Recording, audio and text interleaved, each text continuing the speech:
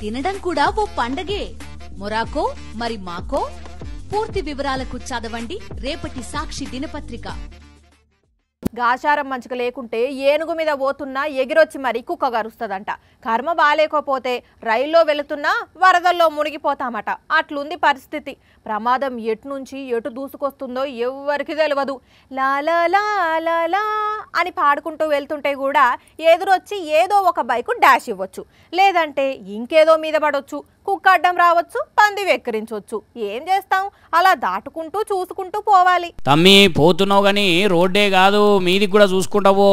ఊకోవయ్యా, scooter నడిపేటోడు road కాకుండా ఆకాశం చూసి నడపాలన్నా ఏంది మాకు తెలుసులే అంటావా? మేము ఎందుకు చెప్తున్నామంటే ప్రమాదాలు రోడ్డు మీదనే కాదు ఆకాశం మీద నుంచి కూడా వచ్చి మీద పడవచ్చు. కాబట్టి జరంతా చూసుకో బిడ్డ.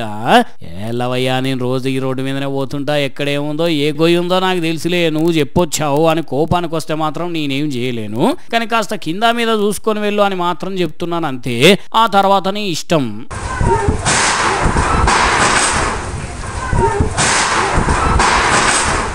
అరే రే రే రే అన్నా, చమ్మేం చెప్పిన చాయిందిగా చూసిరానులా మీదికెళ్ళి పెద్ద రేక్ వచ్చి మీద పడ్డది. ఇంకా నయ్యం లక్కీగా ఏం కాలేదు, హెల్మెట్ పెట్టుకునేసరికి బతికిపోయిండు. చూస్తున్నారు కదా పబ్లిక్, హెల్మెట్ రోడ్డు మీద జరిగే ప్రమాదాన్ని మాత్రమే కాదు, రోడ్డుకు పైన అంటే ఆకాశం నుండి దూసుకొచ్చే ప్రమాదాన్ని సైతం ఆపుతుంది. ఇప్పుడు హెల్మెట్ లేకుంటే ఈ అన్న తలకాయ లేచిపోయేది. అందుకే ప్రయాణాలు చేస్తున్నప్పుడు హెల్మెట్లు వాడమని చెప్పేది.